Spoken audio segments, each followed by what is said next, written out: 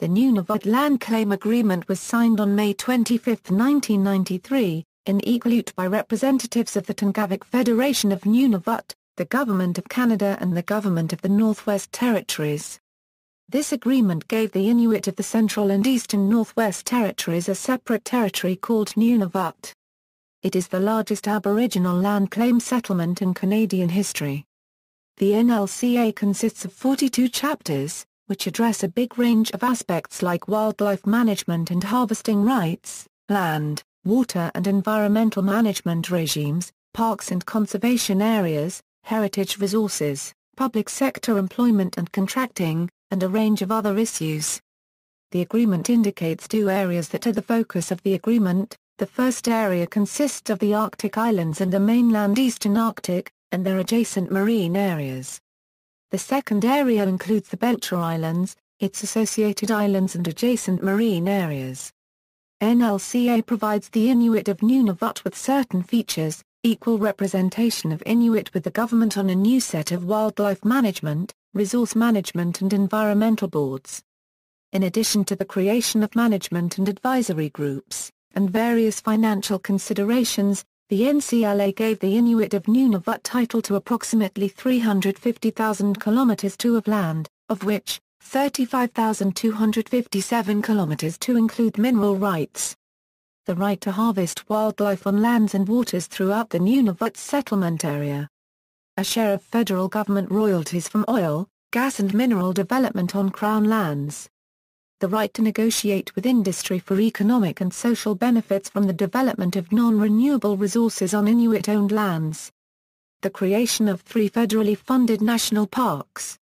Capital transfer payments of $1.9 billion over 15 years and a $13 million training trust fund for the establishment of the Government of Nunavut. A history of the Nunavut land claim process. In 1973 the Inuit Taperisit of Canada began research on Inuit land use and occupancy in the Arctic. 3 years later in 1976 the ITC put forward the idea of creating a Nunavut territory in the Federal Electoral Boundaries Commission that recommended dividing the Northwest Territories into 2 electoral districts, the Western Arctic and Nunatsiaq. The Tungavik Federation of Nunavut negotiated the Land Claims Agreement with the federal government in 1982.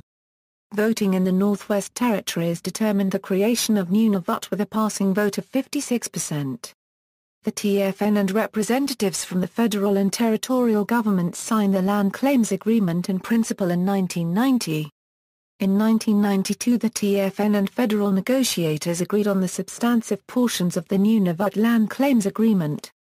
On May 25, 1993, Paul Quasar, then President of the Tungavik Federation of Nunavut and Brian Mulroney, then Prime Minister of Canada signed the Nunavut Land Claims Agreement.